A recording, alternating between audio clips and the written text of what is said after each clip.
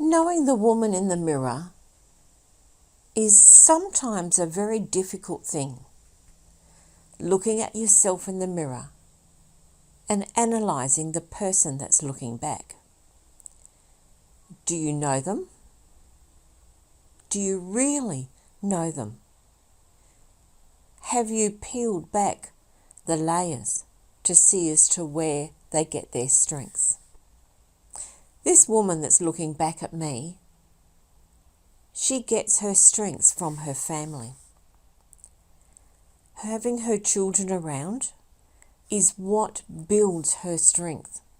She needs that. They come around and the grandkids and the partners, and it's loud and it's fun and the kids are running around. But that's where she draws her strength. She can go several weeks without seeing them, and she can work, be with her husband, and do all the things that she needs to do. But when she's getting a little tired and she's needing that little pick-me-up, she needs to have the family around. That's one of her strengths. What's your strength? Have you really looked to see as to where you get their strength from? What gives you that pick-me-up when you really need it? Is it someone that is close to you? Is it your family? Is it a friend? Or is it somewhere you have to go? This is really important to understand where you get your main strength from.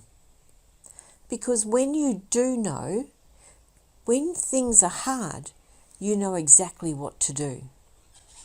And that's really important, because if you don't know, then you can spiral out of control very quickly. You can go maybe down. You may not have depression, but you may get very dull and a little moody. You may find work a little harder, coming home a little harder. Do you want to come home or do you want to stay at work? Do you want to leave work and go home? What is it that you get your main strength from? The other strength that I have is I have a good mate. If I'm feeling down and I need a pick-me-up, I need to call this mate of mine.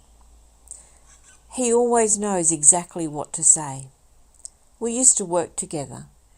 We think a lot the same. And he's able to press the buttons that needs to kick me into gear.